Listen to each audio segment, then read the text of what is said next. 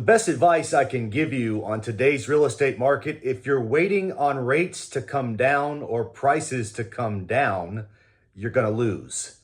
That's really the best advice to give anyone in the market. This is a time to look at the market a little bit differently than what we've had happen in the past.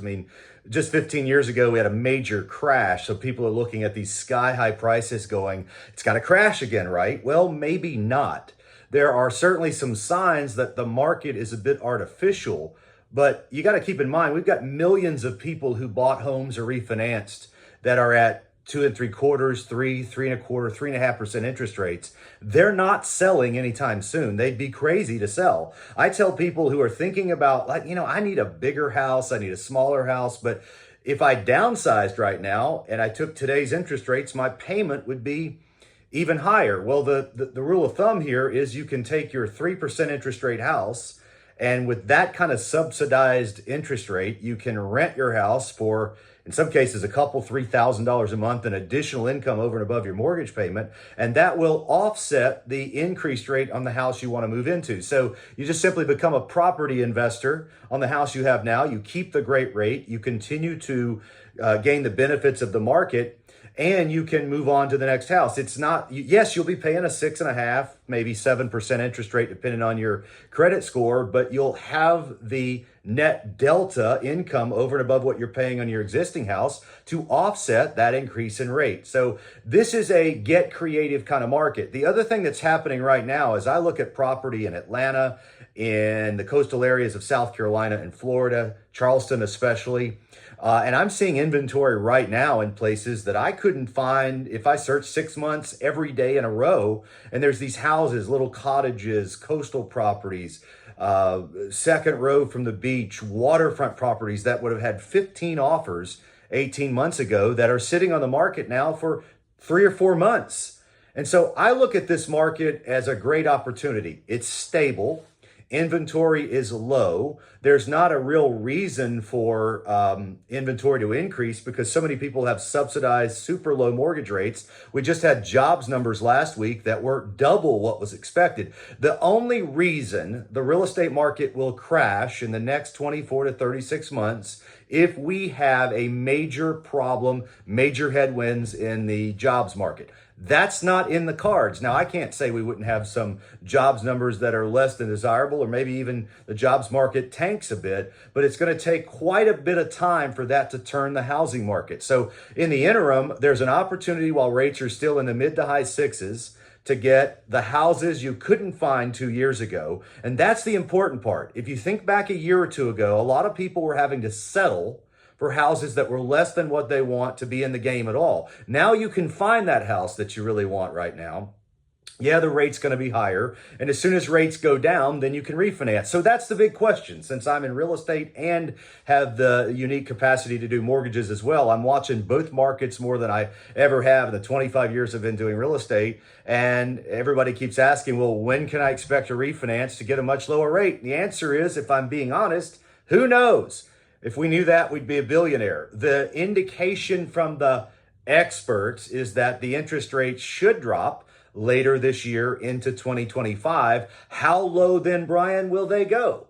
Well, the rates should go into the low fives. That's just a guess. That's based on experience, but it's still just a guess. So let's say you buy a house right now and you pay 6.75% for the interest rate. Some a little bit cheaper than that, some a little higher, depending on credit and all those things. So that is a fairly substantial increase in the amount of interest you'd pay compared to, let's say, a 5% rate. But it goes back to the old adage that sounds like a sales pitch, but it's sort of true. You date the rate, but you marry the house. You find the house you want when you can find it, and you got to be able to afford the introductory rate of 6.5% to 7%. And then at some point in the future, I think it's reasonable, 60% chance, 70% chance that you're able to refinance that in a rate that's in the low fives. And if that is the number you need to get really comfortable with today's market, then I think it'll get there for you. The question is it going to be in 3 months, 6 months, or 2 years? We just don't know that yet. The 10-year treasury is really kind of bouncing all over the place. And right now, I think if you're in the mindset of investing into real estate, find the house or the investment that you want. There's far more of them available now than there have been in the last 2 or 3 years. And then get the best rate possible. If you really can't stand the rate and you buy into the argument that in a couple of years rates are going to be more attractive and favorable, then do a 2-to-1 buy down. A lot of sellers right now will do a 2-to-1 buy down, which means you get instead of a 6.75% rate, you start out with a 4.75% teaser rate for the first 12 months of your payment. Then you go to 5.75. And then on your third year, arguably you'd never make it there because rates should go down so that at some point, 6 months, a year, 18 months from now, you'll be refinancing somewhere in that mid-range of those rates. And that way you're locked in on a great rate with the house you actually want. Now, rates go up, demand goes down, and there's a lot more inventory. Great time to buy because you always buy when the market needs buyers. We're kind of balanced right now, but in the last 3 years, the market needs more buyers now than it has at any point in the last 3 years. You never want to buy when the market needs sellers because, you don't want to sell when the market has too many sellers because at that point prices are difficult. A lot of people do this in reverse. So when the market gets tight, rates are down at 5, we're going to have a lot of demand. And when that demand kicks up again, there's not going to be much inventory available given today's inventory numbers, still about half what it needs to be to really be comfortable and healthy for home buyers. So as rates come down just a point, we're going to see multiple offers and bidding again. And then you're just going to, all these savings that people think they're going to make. I said at the beginning, if you're waiting on the market to correct it, to make it favorable for you, you are going to lose. You cannot time the market. You have to make wise decisions based on the conditions that exist now, so that if you're waiting for the rates to come down so you can afford that house, what's going to happen is at that moment, yeah, the rates will be better, but the prices go up. So all those interest rate savings that you've made evaporate. That's why it's better to get the house now and get a little bit cheaper, negotiate a little more, not be in a competitive situation driving up the prices. And then eventually you can take advantage of the new rate market with today's prices held back some instead of tomorrow's prices pushed forward.